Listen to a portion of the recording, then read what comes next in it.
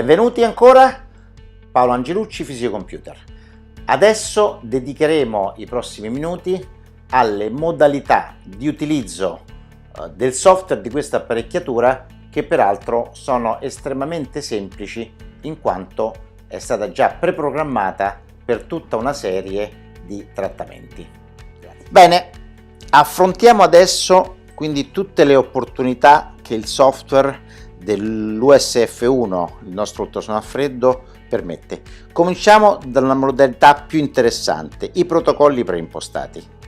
Come vedete ci sono tutta una serie di protocolli in funzione del tipo di patologia. Adesso andiamo su quello dell'epicondilite.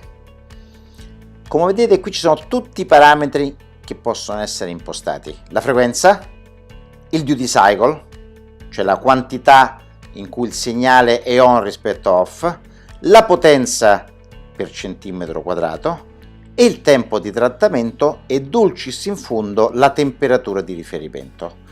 Questa, come vedete, è una impostazione base per questa patologia.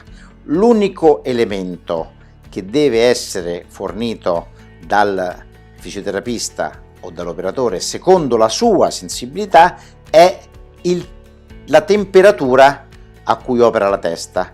Quindi basta semplicemente che a questo punto si vada sul tempo di trattamento e si modifica anche questo.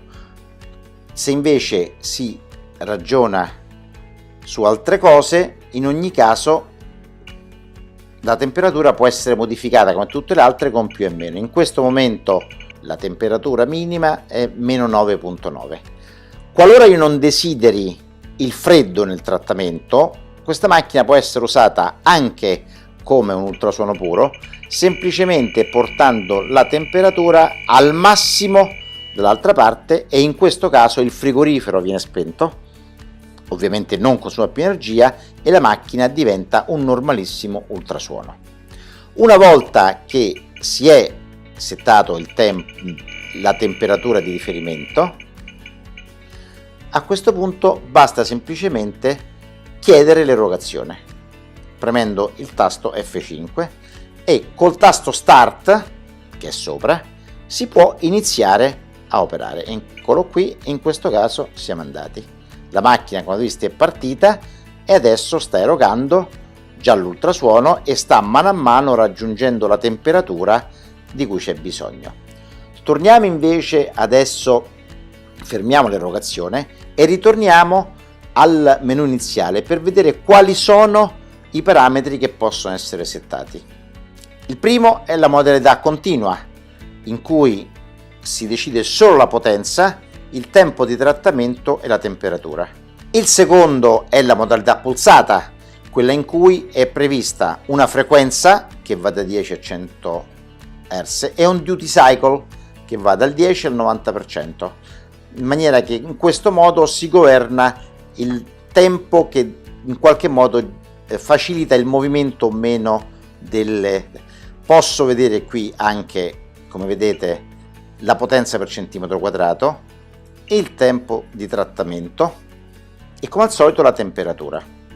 Esiste infine una terza modalità, che è quella epiciclica, che in qualche modo simula il movimento dell'operatore e può essere usata qualora si voglia in qualche modo modificare la capacità di trattamento dell'ultrasuono senza l'intervento dell'operatore.